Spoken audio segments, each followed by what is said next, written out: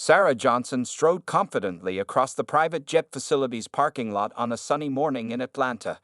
The 45-year-old aviation company CEO had just completed the purchase of this exclusive terminal last week, making it the newest addition to her growing empire of private aviation services.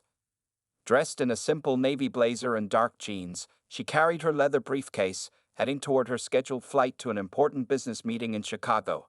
Her natural black hair was neatly styled, and her minimal makeup highlighted her determined brown eyes. Security guard Mike Thompson, a 50-year-old white man who'd worked at the facility for over a decade, watched her approach from his station. His weathered face hardened as she neared the entrance, and he stepped forward, blocking her path. His hand instinctively moved to rest on his security belt. "Ma'am, this is a restricted area. You need proper clearance to be here," Thompson declared firmly, his voice carrying a distinct edge. His eyes narrowed as he looked her up and down, clearly making assumptions based on her appearance. Sarah maintained her professional demeanor, reaching for her identification. "Good morning.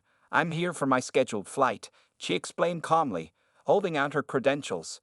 However, Thompson didn't even glance at the ID. "Ma'am, I've worked here for years.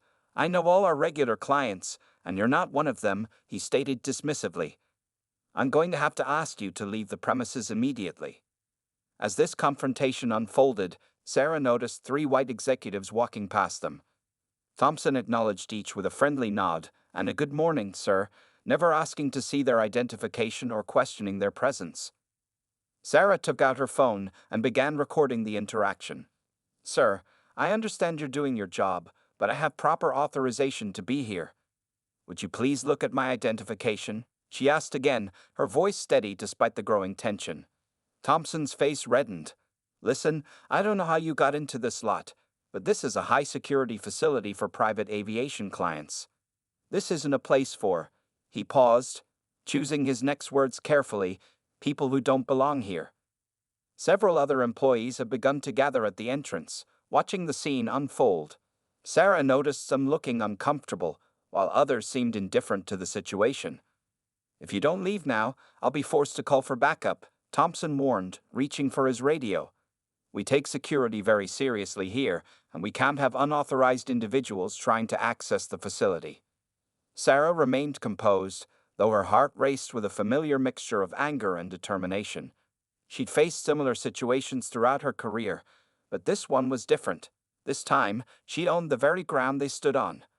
Just as Thompson began speaking into his radio about an unauthorized individual attempting to breach security, Sarah's assistant, who had been parking the car, came running up with a concerned expression. He carried a folder with the facility's ownership papers, ready to present them if needed. The first part of this story established the setting, introduced the main characters, and highlighted the central conflict.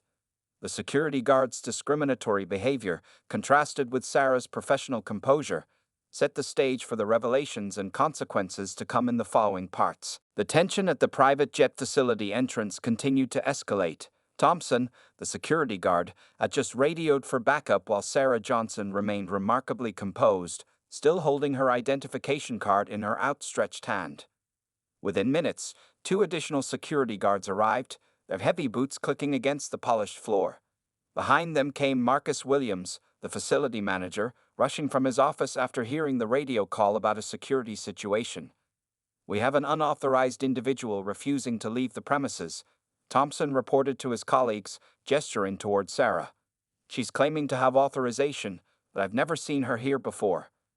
Marcus Williams stopped abruptly as he approached the group, his eyes widening in recognition. "Miss Johnson," he exclaimed, quickly moving past the security guards. "I am so sorry about this situation. Is everything all right?" Thompson's face began to show the first signs of confusion as he watched his manager's deferential behavior toward the woman he'd been attempting to remove. "Good morning, Marcus," Sarah replied calmly, finally lowering her ID. "I was just trying to explain to your security team that I'm here for my scheduled flight to Chicago." Marcus turned to Thompson and the other guards, his expression a mixture of embarrassment and concern. "Gentlemen, this is Sarah Johnson, CEO of Skyline Aviation Group and the new owner of this facility. The acquisition was finalized last week." The color drained from Thompson's face as the reality of the situation sank in. The other security guards took several steps back, their earlier confrontational stance dissolving instantly. I didn't. Thompson stammered, his hand falling away from the security belt. There was no notification about. Sarah held up her hand, silencing his attempted explanation. Mr. Thompson, I understand the importance of security at this facility. However, what I've experienced this morning goes beyond standard security protocols. She played back the video she recorded, showing how Thompson had waved through several white executives without checking their credentials while stopping her. The footage was clear and damning. Marcus Williams watched the video with growing concern, making notes on his tablet. Other employees who had gathered to watch the scene unfold began to disperse, whispering among themselves about what they'd witnessed. Ms. Johnson, I assure you this isn't our standard procedure, Marcus began, but Sarah interrupted him gently. Actually, Marcus, I think this might be exactly your standard procedure, even if it's not written in any manual. And that's something we need to address immediately. She turned to look at Thompson, who stood rigid with embarrassment and fear. Mr. Thompson, I'd like you to join me and Marcus in his office after my return from Chicago. We need to have a serious discussion about security protocols and their equal application to all clients and personnel. The second part of the story revealed Sarah's identity to Thompson and the other security staff, showcasing her professional handling of the situation while setting the stage for addressing the systemic issues at play. Rather than seeking immediate retribution, Sarah demonstrated leadership by turning the incident into an opportunity for institutional change. After Sarah's confrontation at the entrance, news of the incident spread quickly through the private jet facility. As she boarded her plane for Chicago, employees gathered in small groups, discussing what had transpired that morning. The video of the interaction, recorded on Sarah's phone, had already made its way to several employees' devices. Linda Martinez, a front desk coordinator who had witnessed the entire scene, forwarded it to her supervisor with a note expressing her concerns about similar incidents she'd observed over the past year. During Sarah's flight, Marcus Williams called an emergency meeting with the facility's department heads. The conference room buzzed with nervous energy as he played the video for everyone present. This morning's incident is unacceptable, Marcus stated firmly, posing the video at a crucial moment showing Thompson waving through white executives. But it's also an opportunity for us to address issues we've ignored for too long. Back in his office, Thompson sat alone, staring at his security badge. In his 15 years of service, he never faced such a situation. His mind raced through countless similar interactions where he'd made snap judgments based on appearance. Throughout the day, several minority executives who regularly used the facility came forward with their own stories. James Chen, a frequent client, shared how he was consistently asked to provide additional verification despite visiting weekly for 3 years. Dr. Maria Rodriguez, another regular client, described being redirected to commercial aviation terminals multiple times. Sarah's assistant, watching all this unfold, compiled these testimonies into a comprehensive report. He knew his boss well enough to anticipate that she would want documentation of the systemic nature of the problem. By late afternoon, the story had reached local aviation industry circles. Several business partners called Marcus, expressing concern about their association with the facility. The facility's parent company's PR team began preparing statements, anticipating media attention. Meanwhile, in Chicago, Sarah focused on her business meetings, demonstrating the same composure she'd shown during the morning's confrontation. During breaks, she reviewed messages from Marcus updating her on the facility's response to the incident. She received one particularly noteworthy email from a young black employee at the facility. Ms. Johnson, seeing you stand your ground this morning changed something here. People are finally talking about what we've experienced for years. Thank you for not letting it slide. The third part of the story revealed the ripple effects of the morning's confrontation throughout the facility and the broader aviation community. It showed how one incident sparked a larger conversation about systemic discrimination and brought forward other voices that had previously remained silent. Sarah's return flight from Chicago landed at her facility late in the evening. The atmosphere had noticeably shifted from the morning's tension. Security personnel, including a different guard, treated her with excessive politeness that bordered on nervousness. Marcus Williams waited for her in the terminal, holding a thick folder containing the day's developments. The facility manager's usual confident demeanor was replaced with visible concern as he approached her. "Ms. Johnson, we've compiled all the reports and testimonials that came in today," Marcus began, walking alongside her. "I had no idea the extent of these issues. Over 30 clients and employees have come forward with similar experiences." Sarah nodded, her expression thoughtful. "Have you reviewed our security footage from the past 6 months?" she asked, setting her briefcase down on a nearby chair. "Yes, and the pattern is concerning," Marcus replied, pulling out several printed screenshots. "We've documented at least 47 instances of discriminatory security practices in that period alone." As they discussed the findings, Thompson appeared at the office door. He had chosen to stay beyond his shift, waiting for Sarah's return. His usual stern expression was replaced with one of genuine remorse.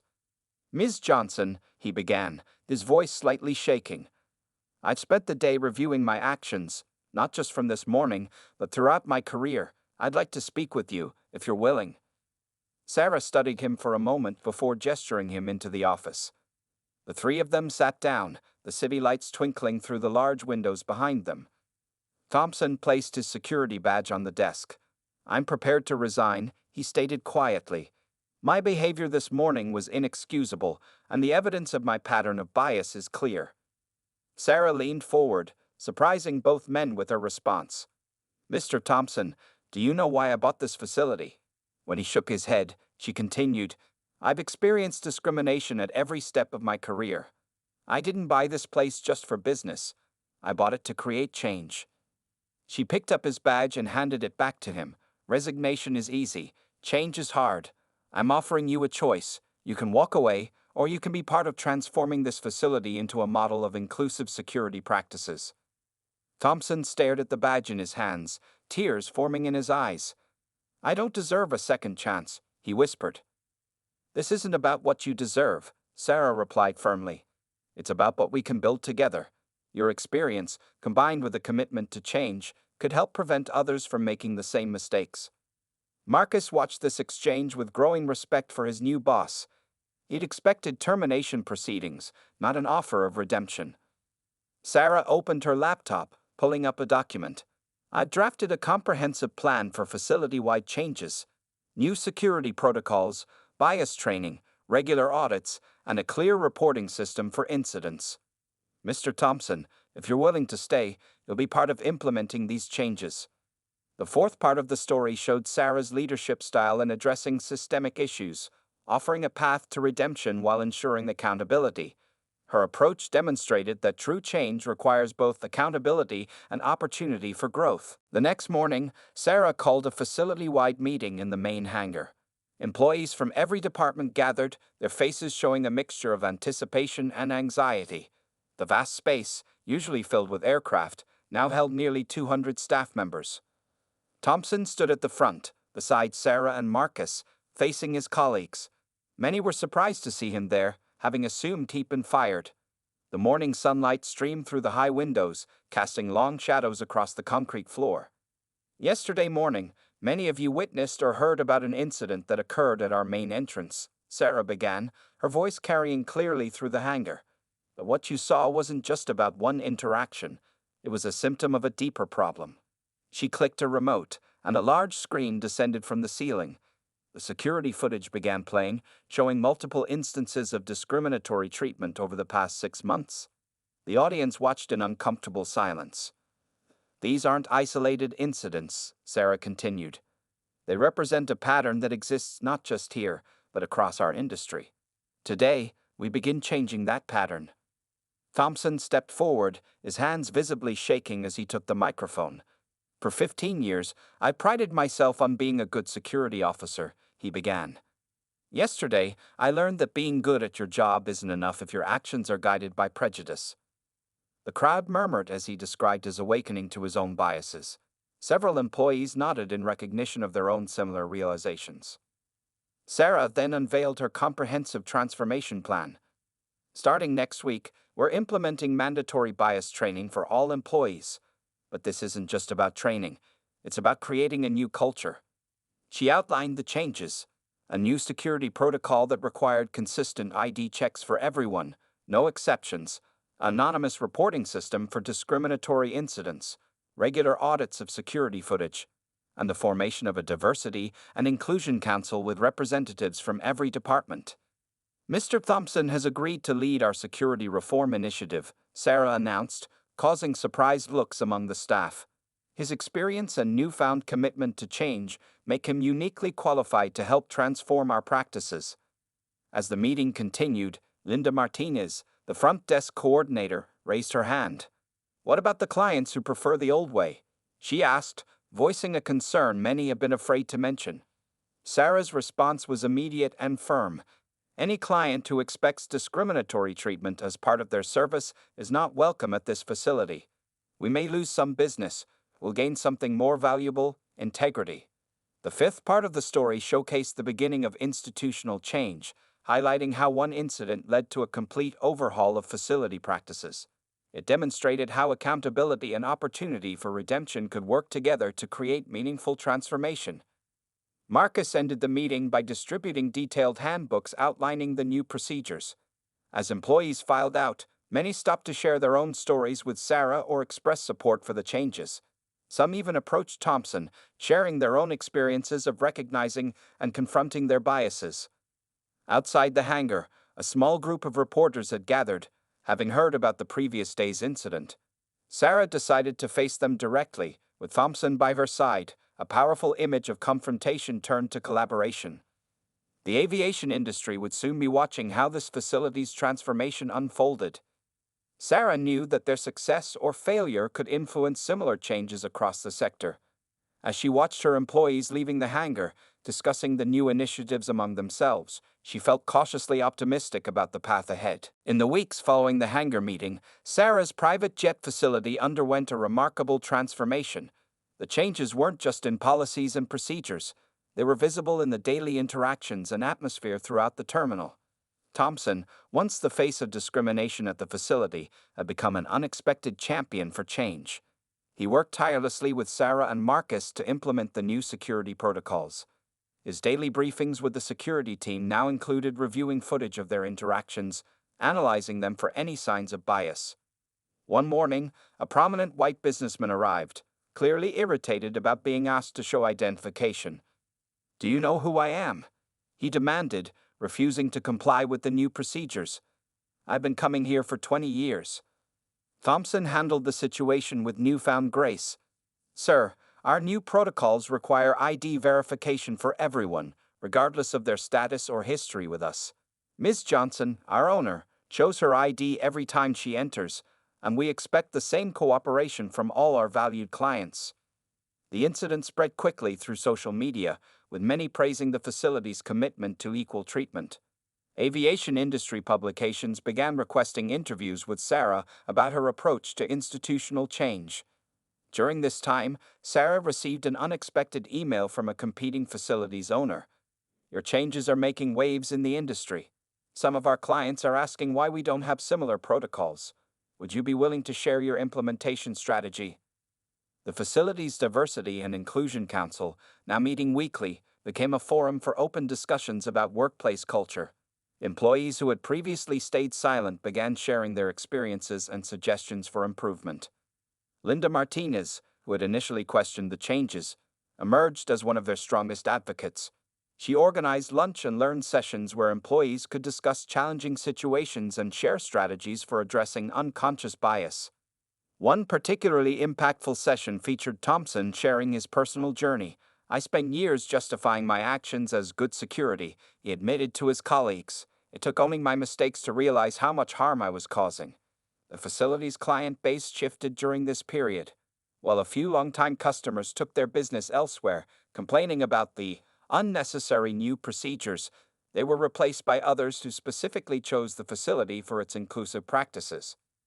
Sarah's assistant compiled data showing that despite initial concerns, the facility's revenue had actually increased by 15% since implementing the changes.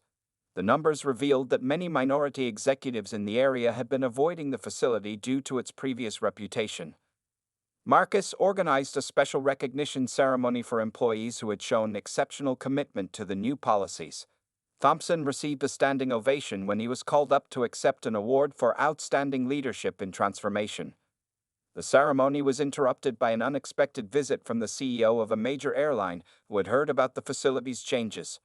"We're interested in implementing similar protocols across our private aviation services," she announced. "Would you consider consulting with us?" The sixth part of the story highlighted the practical implementation of change and its ripple effects throughout the aviation industry. It showed how one facility's transformation began influencing broader industry practices and attitudes. Sarah watched these developments with quiet satisfaction. The incident that could have ended in simple termination had instead sparked a movement. Security footage now showed consistent, respectful treatment of all clients, regardless of their appearance or status. Late one evening, as Sarah was leaving the facility, she noticed Thompson training a new security guard. She paused to listen as he explained, "Our job isn't just to protect the facility. It's to ensure that everyone who comes through these doors is treated with equal respect and dignity." The young trainee nodded earnestly, taking notes. Through the terminal windows, Sarah could see aircraft taking off into the sunset, carrying with them the story of how one confrontation had led to meaningful change in an industry long overdue for transformation. 3 months after the initial incident, Sarah's facility had become a case study in successful organizational transformation. The story caught the attention of a major business magazine, which sent a reporter to spend a week observing the changes firsthand. The reporter, Jessica Chen, watched as Thompson conducted his morning security briefing. The same man who had once blocked Sarah from entering was now teaching other guards about the psychology of bias and the importance of consistent, respectful treatment. "Our security footage tells a different story now," Thompson explained to Jessica, showing her the before and after comparison. "Every client, regardless of who they are, goes through the same verification process. No exceptions, no assumptions." During her investigation, Jessica uncovered something unexpected. The facility's new practices had created a ripple effect throughout Atlanta's private aviation community. 5 other facilities had already adopted similar protocols, citing Sarah's facility as their model. One afternoon, a group of aviation industry executives visited the facility. Among them was James Morrison, a vocal critic of the new policies who had initially moved his business elsewhere. He had returned after experiencing inconsistent service at other facilities. "I didn't understand at first," Morrison admitted during a roundtable discussion. "But after experiencing how professional and consistent the service is here now, I realized this isn't just about equality, it's about better business practices." The facility's success caught the attention of civil rights organizations. They approached Sarah about creating a certification program for other aviation facilities, using her protocols as the foundation for industry-wide standards. Thompson, once the face of the problem, had become an unexpected spokesperson for change. He was invited to speak at security conferences, sharing his personal journey from bias to awareness. His talks always ended with playing the video of his confrontation with Sarah. "That moment could have ended my career," he would tell his audience. "Instead, it became the beginning of something much bigger than myself." Sarah's phone constantly rang with calls from other business owners seeking advice on implementing similar changes. She began organizing monthly workshops, sharing their experiences and lessons learned with others in the industry. The facility's Diversity Council expanded its role, now serving as consultants for other companies looking to create similar programs. Linda Martinez led many of these consulting sessions, sharing how they had transformed their front desk operations. One day, a young black pilot in training visited the facility. She approached Sarah after completing her check-in process. "I've been to many facilities," she said, tears in her eyes. "This is the first time I wasn't asked if I was lost or in the wrong place." The 7th part of the story demonstrated how the facility's transformation had evolved into a movement for industry-wide change. It showed the far-reaching impact of consistent, principled leadership and the power of giving people the opportunity to learn and grow. Sarah's assistant compiled the latest data.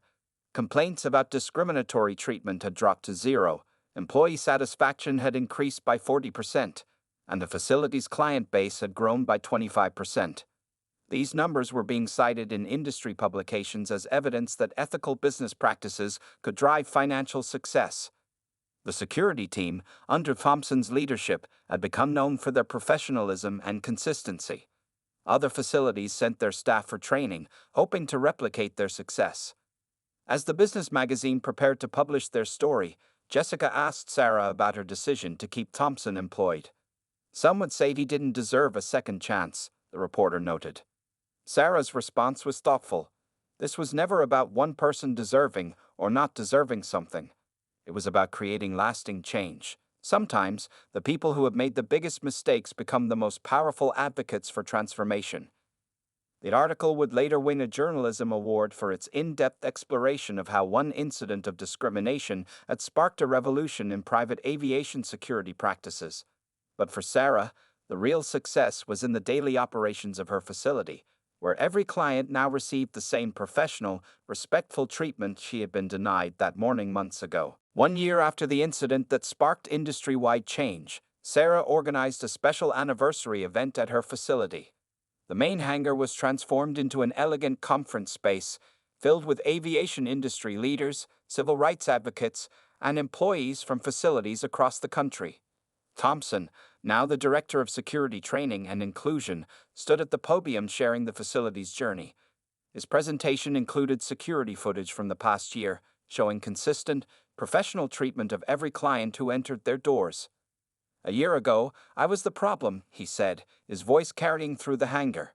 "Today, I train others to recognize and overcome the biases I once defended." Our story proves that real change is possible when leadership provides both accountability and opportunity. Sarah watched from the audience as various speakers shared their experiences. Linda Martinez presented data showing that their facility had become the most requested private aviation terminal in the Southeast. Their client base had doubled, with many specifically citing their inclusive practices as the reason for choosing them. The event's highlight was the launch of the Aviation Equality Initiative, a comprehensive program developed by Sarah's team to help other facilities implement similar changes. 20 facilities had already signed up for the certification process. James Chen, the executive who had previously shared his experiences of discrimination, announced that his company would only use certified facilities for their corporate travel. Several other major corporations followed suit, making the certification a business necessity. During the lunch break, Sarah noticed a touching scene. Thompson was speaking with a group of young security officers from various facilities. They listened intently as he explained how to handle difficult situations with clarity and respect. "The key," he told them, "is to remember that security and respect are not mutually exclusive.